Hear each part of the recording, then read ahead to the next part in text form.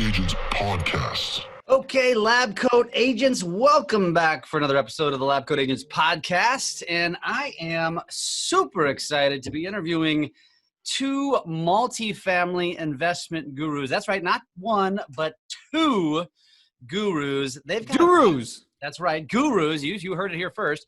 They've got a fascinating story about how they came together, and in a few short years, they've built financial freedom that so many of us dream of.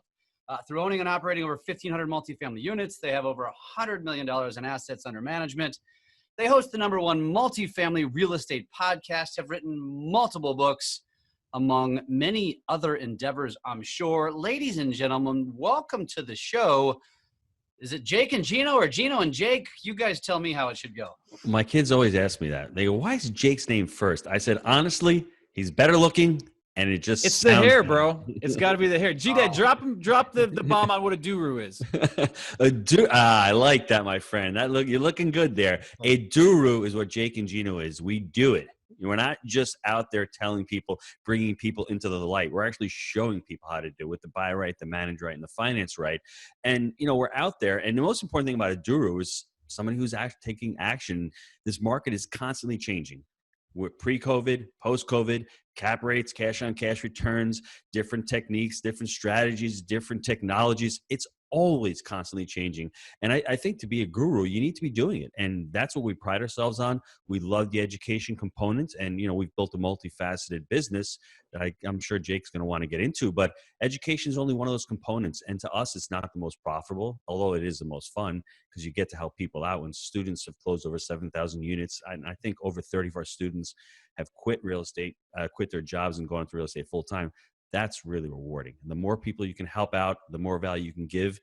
It's just part of that contribution. And I love the education piece of it, but that's not the main driving force. It's the investments. Those investments, we continue to stack them on. And from those investments, there's so many different layers of wealth. There's so many different facets that you can create wealth. So I think we should all jump into that into the podcast. I love it. I love it. So fellas, let's start with, first of all, everything you just said is exactly, I don't know how familiar you are with LabCoatAgents, but LabCoatAgents is the largest real estate social group on the planet, over 125,000 members. And that's exactly what it's all about. It's all about just sharing, contributing, and collaborating and giving back to the industry. So that's why you guys are a great guest. So let's start with kind of just a little quick intro about each of you. Go ahead and you guys, whoever wants to go first, and then a little story, because I've heard the story about how you guys came together. I'd like to share that with our audience. Yeah, I think early on for myself, I was in a corporate grind. I was a pharmaceutical rep. A lot of times Gino and I joke around about the pharmaceutical rep and the chef and the drug rep, if you will, right? Gino was the restaurateur. I was, basically catering out of his restaurant, many of my orders. And really the story that for me that kind of opened my eyes to the power of real estate was the fact that everything was closing in around me during healthcare reform. I got into pharmaceutical sales, right at the time when it was still good, and then it fell off a cliff. And that was due to healthcare reform, and everyone was coming in with the regulations, and it stopped being fun. The culture died, the fun went away, and really they started doing layoffs every year. And no one wants to live like that. You're not in control of your destiny. You're holding on because it's a 6-figure job with a company car, and that's not a fulfilling life. And the one thing that really, opened my eyes was that all the doctors were getting whacked too. They were all the doctors that I was calling on, they were getting pushed into these medical groups because for insurance purposes, they could build back better but they're losing their autonomy. They own private practices, and now they're joining medical groups. And the one guy in my area that didn't do that was a man that actually was wealthy independently through real estate. So that really opened my eyes to the power and the autonomy that real estate can give you. While everyone else was being pushed into entrepreneurship to a W-2, the one guy that was left standing was the real estate entrepreneur. So that left a massive, imprint on my brain. And then I started networking with Gino via his brother. And he knew I was moving to, the Southeast to, basically get a better life, better weather, better taxes. And Gino had, been in real estate for years. He had gotten educated. We believe that education times action equals your results in real estate. And so I started basically getting mentored by Gino. We started looking at deals together, and it took us 2 years, but we got a 25-unit deal. And then from that, we never looked back, and we started knocking them out left and right. You guys started with a 25-unit deal. Well, yeah, Yeah. for us, for me. Well, hold on. So this means a lot of different things. To a lot of people, multifamily, that's small. To some people in the single family, that's big. So when you say that, please clarify, because I want to know, like, your audience, is that big? Is that small? We're talking to real estate agents, right? So Yeah. just in generally speaking, and this includes any investment group or anything like that, usually, and you talk to quote unquote gurus and they say crawl before you walk. Start with a single family, get used to it, work your way up to a 2 or a 4, and then gradually move your way up.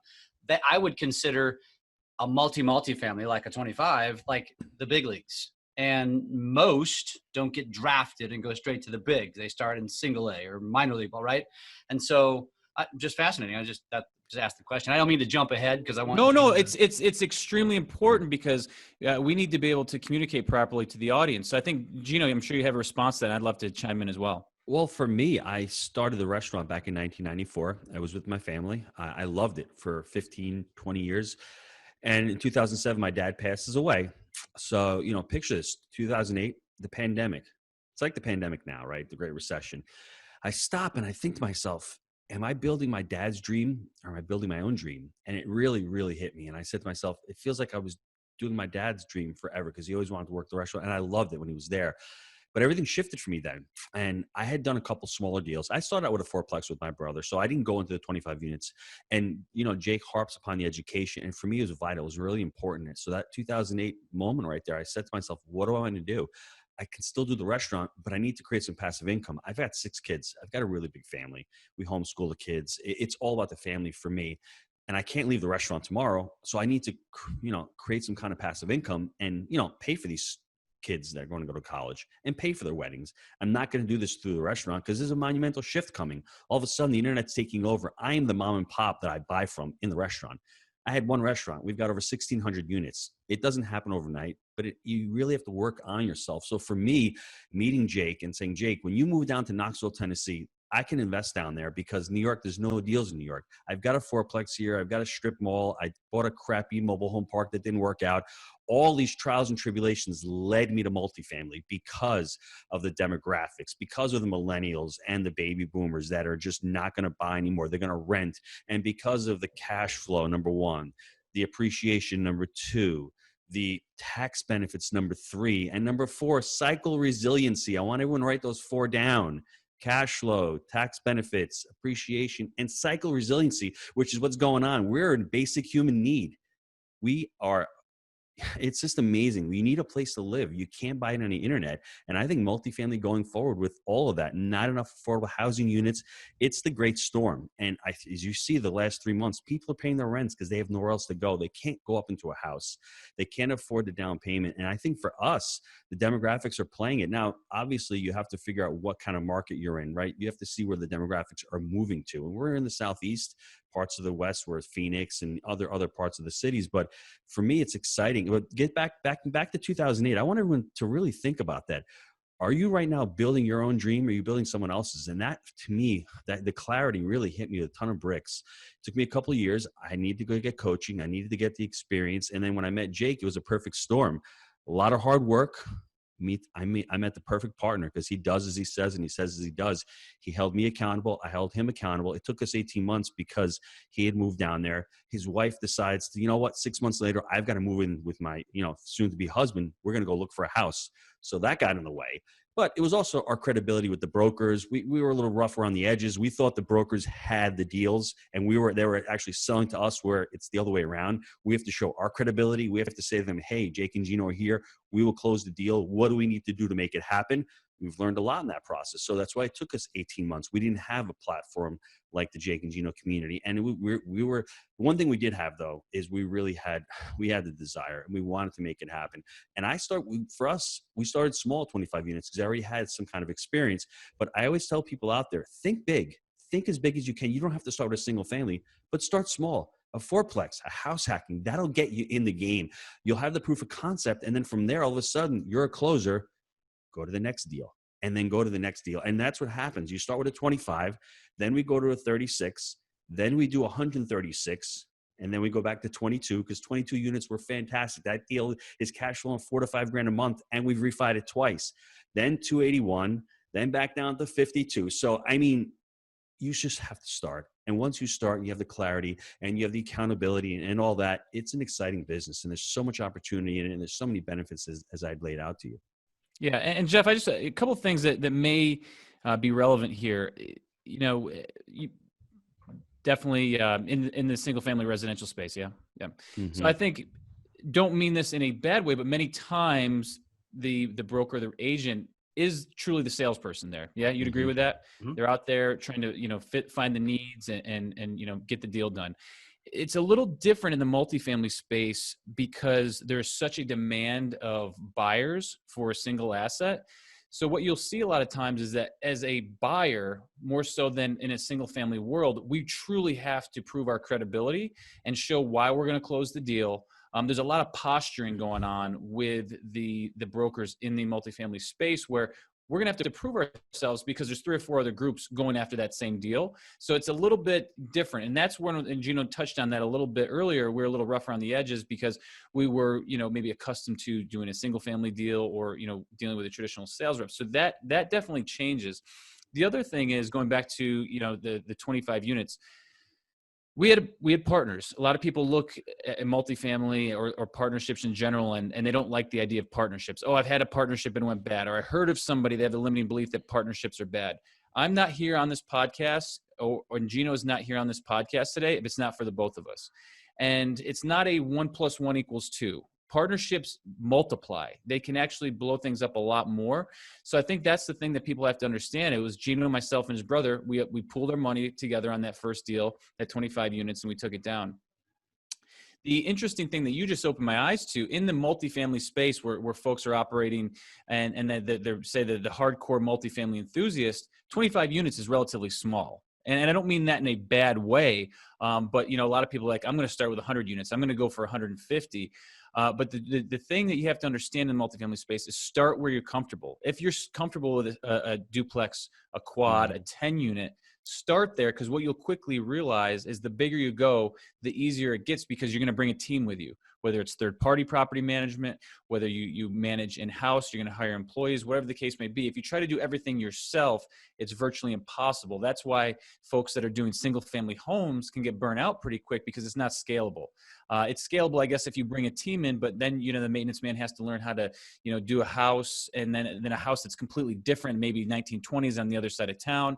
And in the multifamily space, it's, you have a complex of all similar type assets. So if they figure out, where the water heater is in this one, it's duplicatable, it's scalable. They're not traveling all over, creation trying to figure this stuff out. That's why the economies of scale make multifamily so attractive. So you bring up a couple of things. So one, it's really odd because when you talk to real estate agents, and that's what we're immersed with, obviously every day, 120 something thousand of them. And most of them, they have different reasons for why they're in real estate, but like what we don't talk about enough is real estate investing. And I think most of them initially think I'm going to find investors to sell to, but where a lot of agents miss the mark is I have at my fingertips access to the information that the public may not, and I should become an investor because they have the expertise. This is what they learn. This is what their brokers teach, and this is what they learn from their experiences, right? And so that's part of the reason why we like to talk to guys like you, because we want to open up the minds of the real estate agents to say, you have so much opportunity here because it's right there for you. Now, again, many of them aren't, they're not involved in commercial deals or larger multifamily deals because it's considered commercial, right? And most of them are just residential real estate agents. However, I think that's really kind of the rabbit hole that I'd like to go down with you guys is what are the things that the standard investor / real estate agent have to mentally overcome to take it to the next level? Obviously, they have access to single families, but to go to the next level, I think the first thing I would think is, oh crap, that's going to be a down payment that I can't afford. How do I overcome that? And what are some other objections? No. The first thing that you need to realize is that the gold is in the assets. Transactions don't create wealth. Equity does. Okay. And there's such a great opportunity because even on the income side of things, there's real estate professional designations. When you start to have management incorporated into these, if you're managing these, you can get a real estate professional designation. half of the income equation is taxes. Okay. If you want to make what you keep, become a real estate professional and figure that out, because there's something called cost segregation. And I want to go down a rabbit hole here. But as you start to acquire these larger assets, you have a lot of cash flow coming in.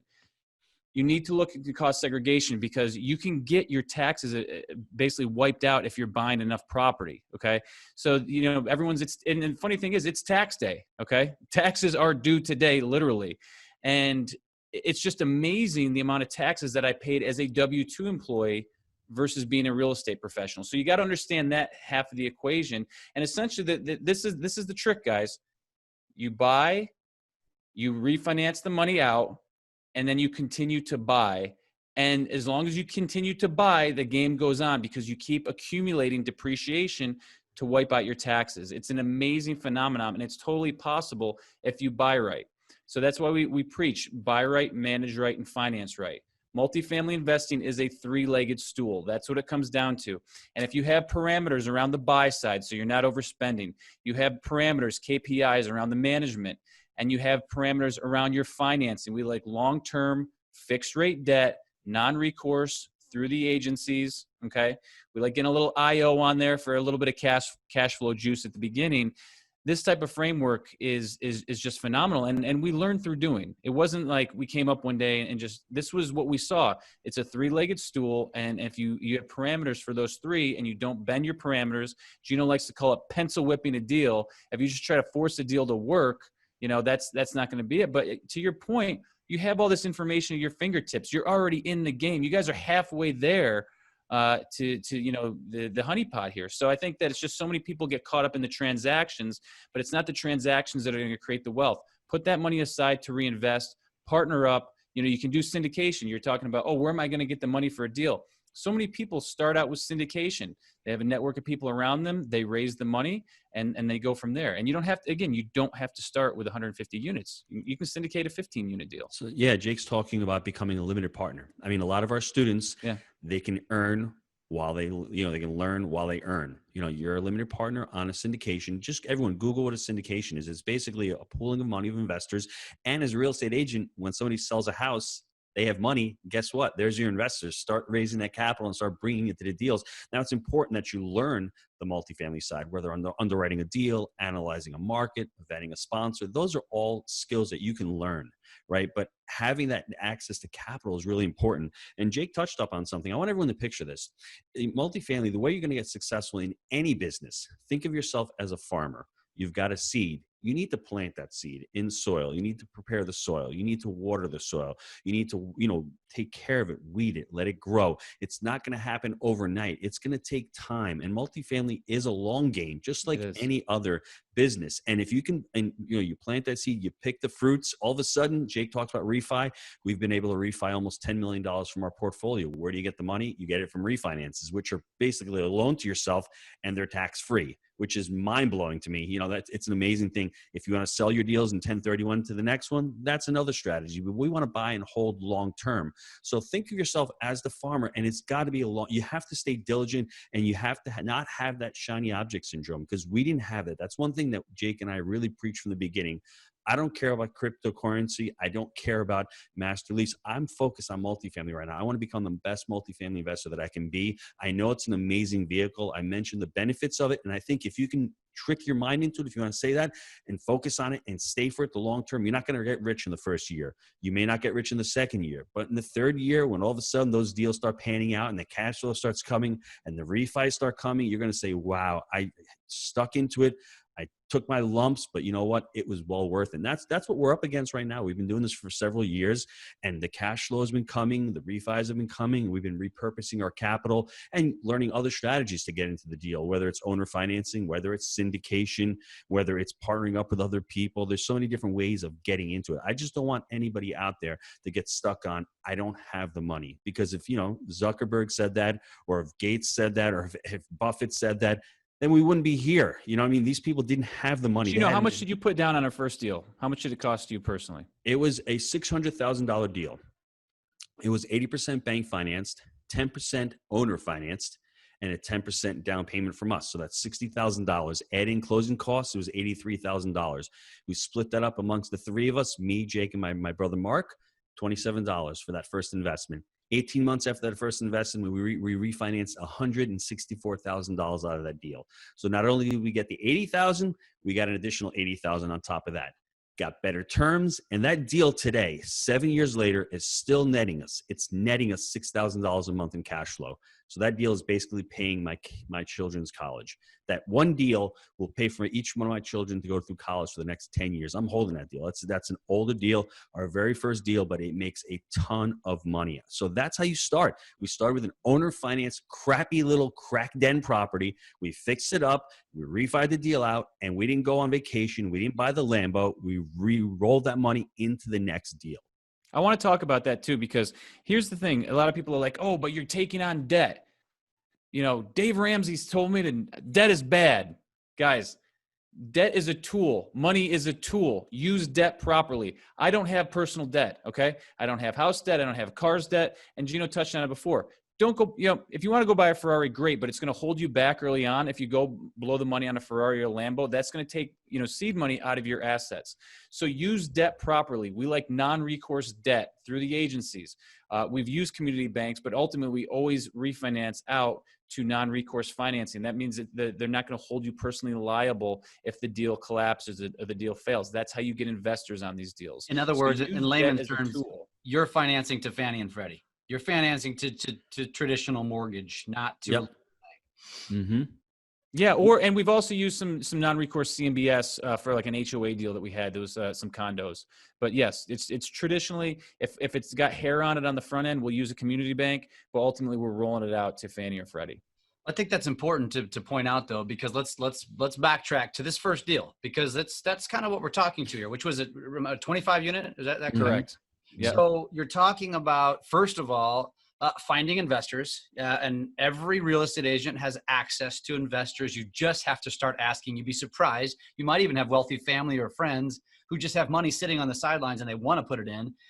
And frankly, I know investors who actually, will get offer a lower percentage because that person does nothing but hand you money. As long as you give them a guaranteed return, they're probably willing to take less. I don't know how you guys set that up. And you wouldn't believe some of the deals that some of the Jake and Gino community members get. They'll just get money, lent to them at a pref rate, and then they're reinvesting it. They're not even having to do, the traditional type of syndication stuff. So it's we've seen everything under the sun. I mean, it's real estate. It's all negotiable. And right. Jeff, I think everyone listening to it, just stop, take a second, and create a power base of people And we have an investor script. I can share our investor script with you. Really, when you're looking for investors, use the SPY technique. And the SPY technique is SPY, seller, property, you.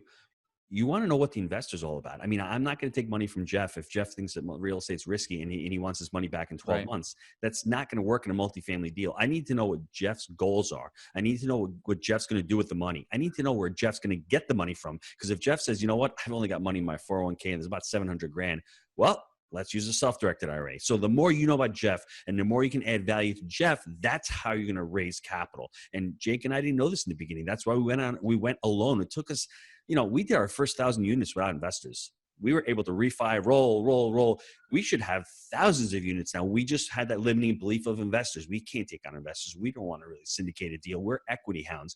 And if we had done syndication sooner, we'd have a lot more units. Now, was it a mistake? I don't think it was. I would have liked to start it sooner, but I didn't. I wasn't ready. But speaking to investors, you really have to think it from there because it's always about what's in it for me, not with investors. You really need to know what their goals are and how long they want to be in this investment for and, what their parameters are, what their risk is, and just get to know them, get to build rapport with them. That acronym FORD, family, occupation, recreation, and dream. Just think of that. You want to know about their family. You want to know what their occupation is. You want to know what their recreation, what they like to do, and what's on their bucket list. Build rapport with the investors. Find out that you want to do business from them because the worst thing that can happen is you deal with an investor that you really don't like. That's a nightmare. So find that on the front end if you guys are both a good fit. Or the lady you just sold that $1 million house from. You know her. You know about their kids. You know about their aspirations. Why not offer them an opportunity after you've built in a relationship there? Mm-hmm. So, I think the point is they just need to ask more questions. And I'd like to get I'd like to actually ask you guys some more questions about how you grew your syndication network. But before we do that, let's talk about a couple more things. You mentioned IO, Jake. You mentioned that earlier, which if you don't know what that means, it's interest only. So what he was saying is they will set up interest only terms on their mortgages to lower their monthly nut so they can create more cash flow. That's very simple. I don't think it requires any more explanation. What I want to ask you guys, and if you want to add to that, go ahead. But I also want to ask you, you mentioned on your first deal, you did 10% down, 10% owner financing. How do you go about obtaining that? Did you guys bring that to the owner? Did you suggest, did they suggest you? What do you have to offer? Very, very, very important questions, Jeff. Number one, time is on your side in multifamily. Year in and year out, we get more efficient. We understand the properties better. We fix them up. Okay. So in the beginning, that interest only period is crucial because it's a little bit of a buffer for you to figure things out. You can be the best underwriter in the world. Every property is different. You guys, everyone on this, podcast knows that. You guys have seen the houses. You've seen the real estate. You need to get to know the property. You need to get in that ebb and flow. So time is on your side. 3 years IO is a beautiful thing. Hey, if you nail it, no issues from the beginning, good on you. You're going to make that much more cash flow and you can reinvest it. The other piece was on the seller financing. That is such an important question because you don't lead with seller financing, gang. You don't go in with a letter saying, hey, hold the note for me and let's get this done. No, you do your work on the front end. You prepare the budget for the deal. You have your underwriting in place, and then you base your offer on the income approach. You show your offer. You show, basically this is the return I'm expecting. Show where we're off. Okay. And then from that point, you're starting to build rapport. You're starting to get a feel from the seller. And then if the numbers aren't lining up, guess what? Hey, Jeff, I love your property. This is where it's scratching out for me. I know you're running it for $3,000 per door, but it's going to cost me $4,000 per door. The only way I can get there would be potentially if you want to hold the down payment. So you don't need to hold the whole note. We'll go and get 80% bank financing. But if you can finance the 20%, my plan is to refinance it within 3 years, get your money back, and I'll pay you 5 or 6% interest in the meantime. What do you think about that? Or, Jeff, the numbers are coming up a little bit short. We got to get creative on this. How can we make this work? And then maybe we've had this happen. I shit you not. These sellers have proposed owner financing. So you just never know. Open-ended questions are great, but you don't lead with it because it's going to make the seller think that you're not qualified to get the deal done. If the numbers don't work, that's a different story. And Jeff, I think another secret to seller financing is simply you need a motivated seller. If the seller's not motivated and it's easy to get financing, then there's going to be no motivation to do seller financing unless maybe, like I said, you have to talk to the seller, use the SPY technique. Do you want to defer capital gain? I don't want to pay all these taxes. Hey, seller financing is fantastic because you're going to be getting installments. You're not going to be paying the net up front. Hey, Mr. Seller, you've got $2 million coming to you. What are you going to do with that money? You know what? I was going to put it in the bank at 1%. Hey, well, what about I hold it to you and I give you 5%? There's always creativity. That's the secret to real estate, is being as creative as possible and solving as many problems as possible and actually listening. Negotiations are all about listening. So if you can pick these little things out and see what the seller's going to do with his money, if he's going to put it at the bank at 1%, we did an $11 million owner finance deal. Totally 20% owner finance, 80% bank financing. The seller actually took the money, had $2 million, went and put it in the bank. He put $2 million in the bank. Our banker was thrilled, but the rest of it, 20%, he held as a note at 5%. So he's making 5 times the amount of money on the note. We refinanced him out 24 months later. He was thrilled. We were thrilled. It can be an ultimate win-win situation if you have the proper seller, if you have the proper motivation, and if you're actually solving a problem for the seller. So you guys are talking to, because again, remember, we're talking to residential agents, and on the typical deal, you're never talking to sellers. You're talking through an agent. So is that common in the multifamily space? Yeah, very much so. I mean, and nothing against you brokers out there. We love you. You bring us the meat, right? We're very pro broker here. What are you going to say? Where's the butt, bro? Let me hear the butt now. There's no but. We prefer and to use like single family terms, one agent.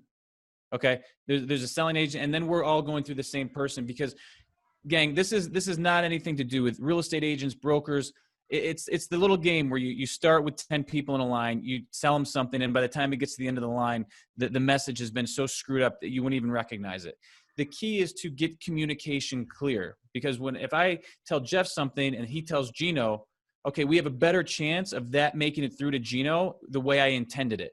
If it goes through Jeff and then it has to go through Larry and then Carla and then it ends up with Gino, maybe 20% of what was intended gets passed through. So this is something for everyone to be aware of. The more succinct we can be, and then the less spin we put on it ourselves, and we allow the clarity to pass through, the better chance you have of getting a deal done. I love it. I love it. So one more thing off that first deal, you mentioned, and you didn't mention how you did it, but you mentioned that you did some upgrades, or you did some rehab to the first property you bought, but you only mentioned 10% owner financing, 10% down. Where'd that money come from? So the 10% down, like I said, the $60,000 plus the closing costs, we whacked it up 3 ways. So each of us came up with $27,000. The owner financing was the note with the seller. I remember at the time it was $60,000 note. We actually gave them the interest rate was 6%. When we refied it 18 months later, we got a 4.275 rate on it. So the rate dropped dramatically. We got a 5-year term. So in multifamily, after 5 years, that term would balloon and we'd owe it. So you can, and the thing that's great about it is you can make the term 5 years, 7 years. You can make it floating. It can be a balloon payment. We just said balloon payment because we knew we were going to refinance them out. And the great thing about that was we actually did. We at the end of a year and a half, they didn't want us to pay them off. They said, you know what, we like this so much. We like getting the few $100 a month. And we're actually still paying the note. So we loved it. We refied it out. We pulled out that additional money, and believe it or not, with that additional, principal payment of another $165,000 on the loan payment stayed the same because we went from a 20-year amortization to a 25-year amortization on the refi. So the amortization went longer. We got the rate dropped almost 2 points. So, and in the process, in those 18 months, we had weekly renters. So we actually had to rehab the rental situation as far as getting it from weekly renters to monthly renters to yearly renters, because the weekly renters are difficult. They'll pay more per week. There's no financial intelligence. They pay more for a week, but they really do a lot of damage to the property. There's a lot of unit turns. There's no business involved there. So we actually stabilized the income. We took a lot of the expenses off. They were paying for cable. They're paying like $6 or $7 grand a year for the tenants for cable. We got rid of that. Their garbage, their contract services were astronomical because they were mom and pops. They had very little debt, so they weren't watching the books. Other expenses, utilities, they were paying for the water on this property and the electric. So we eliminated that. So there was a lot that we actually took care of. We were doing valuation through operation and through renovation right now. That's important. So we're taking care of the management side of the business and those other fix-ups, new roofs, a lot of the rehabs inside the apartments. It was a long process. Took us, like I said, about 18 months. We had septic fields that went down. We had a tenant who sued us for bed bugs. We had a tenant who actually died in the property. This is all the first property. So, you know what I mean? If you don't have that clarity, it's a full contact sport. I don't want anyone to think it's easy. Yeah. But especially and that's the self-management component. We were self-managing the deal. You can get third party if it's not for you. So for us, it was a great learning experience, but we just knew. I remember the first month that Jay collected rents. I remember him actually coming home. He's got all the cash. We don't take cash anymore, but he had all cash lined out. It was a mom and pop deal. Yeah, it's very, very mom and pop. And to him, being a W-2 employee and saying people are actually paying me now instead of having to wait for a check for somebody, I'm actually collecting income. And it was just, I think the light bulb went off for him. He's like, this is great. I can get used to this. So it was an awesome day. That was the first. Yeah. And to grind back into Jeff's question, he was asking like, where'd that initial down payment come from? So gang, this is not like some people get in and do fully owner finance deals right off the bat, or they fully syndicate. But, I was 29 years old on that first deal. I'd been working for, 4 or 5 years out of college. So, I had a little nest egg. It wasn't much, probably had, $60,000, $50,000 in the bank or something. So I took the bulk of that and plowed it into the deal. I think we were close to 30,000 a piece on this, or 27, or, whatever Gino said there was the number. And Jake, I had whole life insurance too. I had cash value whole life policy. So I actually took out the cash value, borrowed from it, and put it into the deal. And when we refied it out, I paid back my whole life. So. Good. Yeah. But we went all in on that first deal. And look, if you have $0, it's going to be more challenged, but you can get in the game with $20, $30, $40, $50,000, especially if you partner. If you're out there and you're just starting out, we always recommend everyone to read The Richest Man in Babylon. I think that's a great starting point for people that are starting to increase their financial intelligence. If you're just getting started and you're saying like, how am I going to save and what do I want to buy?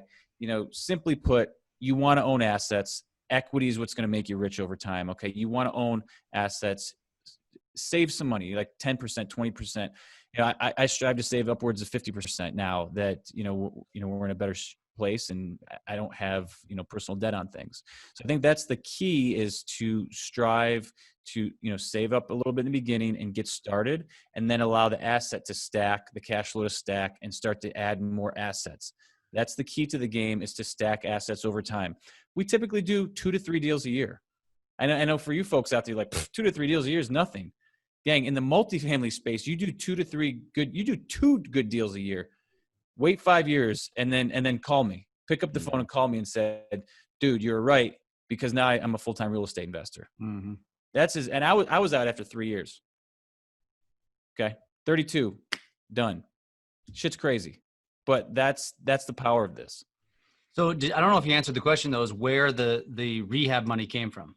I thought you were asking where the initial capital came from. The rehab okay, so no, great question. So early on in the first, I don't know, we didn't even start reserving. This is something that we teach now, is to actually raise the rehab or get a loan to cost loan. So loan to cost loan is actually you're getting money from the lender to do the rehab. Like an after value, basically. Yeah, you'll get the money right from the banker, and then you can pull on a monthly draw. Exactly. But the crazy thing was we were inexperienced, and that's why we documented our journey from the beginning. So we simply sacrificed cash flows because we bought assets that were producing from day one. We simply sacrificed the future cash flows and the monthly cash flows a lot of times and plowed them back in. And then after a few months, once we got the rents up, we cleaned it up, we got the weekly renters out in that first deal, we were able to refinance it, and we took some of that money and also put it back in. And that's when we ended up doing the roofs and some of the decks and things as well. So you didn't rehab right out of the gate. You rehabbed it over time. We did rehab the interiors mostly. So what we were doing is we were doing like your basic turns. So we were doing newer flooring, like sheet vinyl. We were painting, the units, mostly. And that was the basic turn. These things were pretty neglected. We were doing knockdown. What is that? Like, it's not backer board, but it's like those boards that they used to put up instead of sheetrock. What are those things called, guys?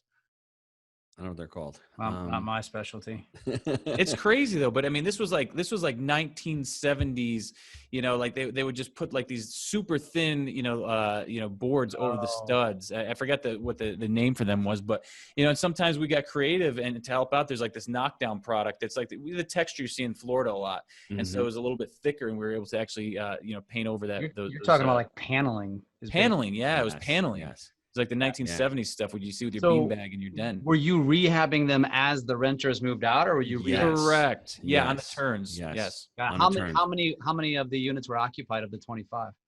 They were all occupied weekly, but then what happens is once the new sheriff's in town, some of the guys though. you started getting evicting them out, and you don't want to have that swell, so you start doing a couple at a time. This property was what we would call a Fixer J. Fixer J DeSima was one of my favorite writers back in the day. He really just talked about these mom and pop properties where they're distressed. This had little cottages on it. It had a fourplex. It had a 6-unit efficiency on it. It had some duplexes. So they were all mixed. So we would just go to each building and work at one building at a time. Tenants moved out. Residents moved out. We just fixed those units, focused on them, and got new renters in. And it's just, like I said, it took us a good 24 months to cycle everybody out. But by the time we hit that and we got the refinance money, that's when we really worked hard on the exteriors, as far as new decks on the outside, new roofs and all. So it did take us a while, but man, getting some of those tenants. It's a really cool community now too, because we've actually, you have a few houses over here that are duplexes. You got the 2 fourplexes, and then you got these little cottages, and we actually painted them differently. So it doesn't look like all one uniform thing. So it's like this little mini town, and people feel like they have their own, home autonomy. to themselves. Yes. It's like, it's literally a 1-bedroom cottage that they have to themselves. So it's like, once we fix them up, people have really enjoyed them because they have their own place. Your own Truman Show. Yeah. So awesome. So and on this particular unit, then you were taking the cash flow to do that in between. So again, kind of in summary, because we're running short on time, what would your advice be to someone when they say, okay, I have access to single, double, quad, right? That's easy. But I'm going to have to go outside my comfort zone to go 10, 20 and plus. What am I looking for? Am I looking for distressed? Am I looking for so much percentage of occupancy? What am I looking for? Yeah, very, very simply put, if it don't cash flow, let the grass grow. Because here's the thing, you need to be buying cash flowing assets. Okay. So if our saving grace on this deal was that we bought right. Okay. We bought a deal that was cash flowing from day one. Okay. The saving grace in multifamily, there's people buying like 4.5 caps right now. That is very, very hard to cash flow on. You need to do your homework. That's why we're only buying 2 deals a year, because the thing better work.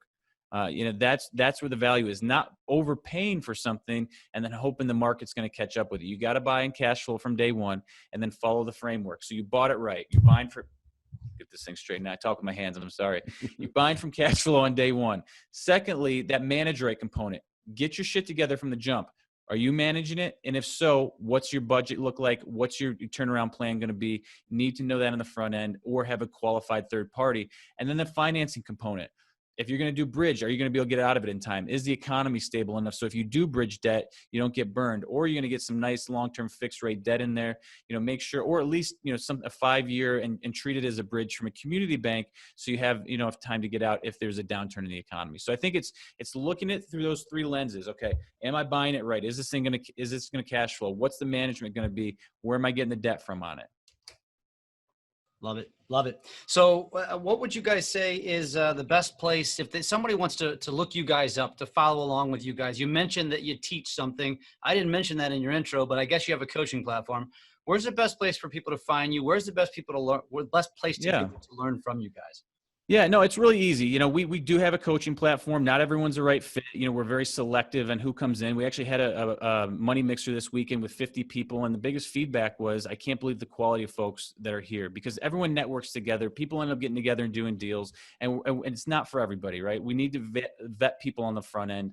And, we're vertically integrated. So we have a property management team out there. So people see what's really going on. We took them to some of our A-class assets, some of our Bs, some of our Cs, so everyone can get a feel for it. We have, boot camps that go along with it. But simply put, if you go to jakeandgino.com, so it's jakeandgino.com/honeybee. That was the book that we just wrote.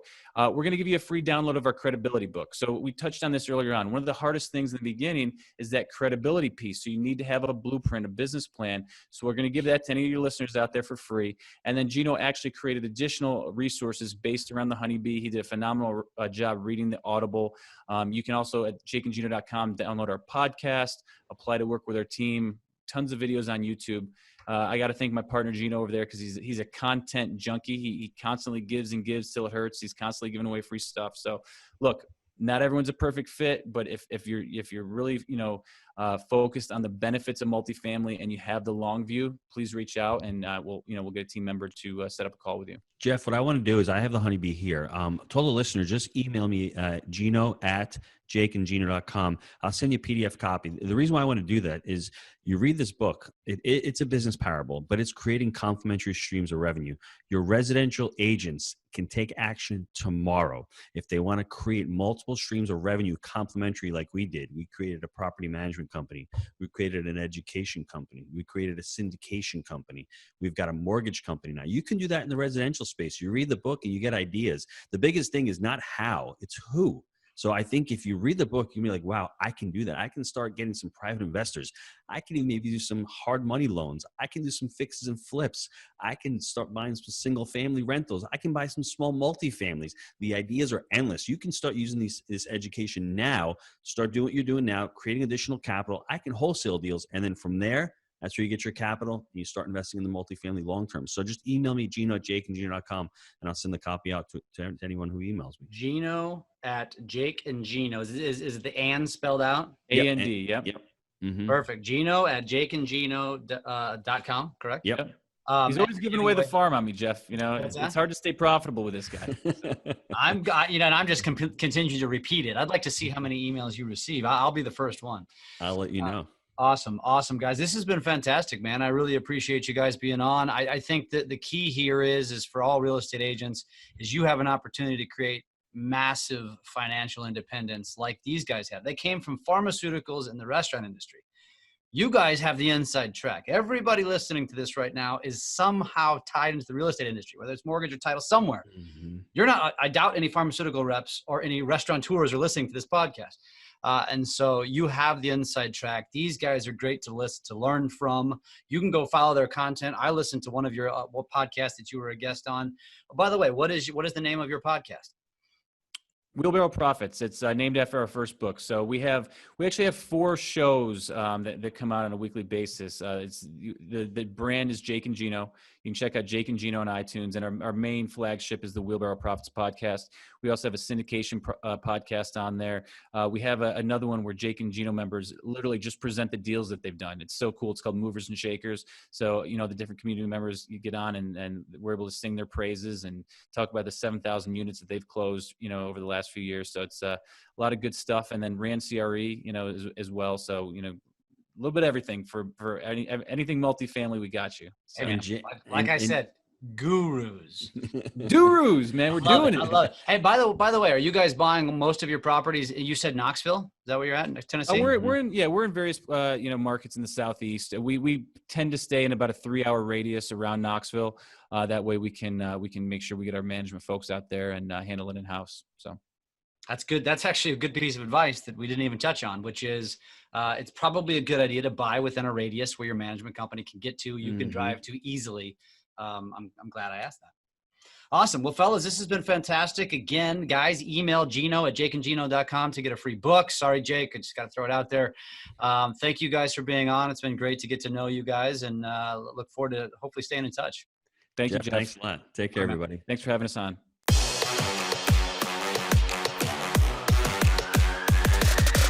LabCoatAgents Podcast.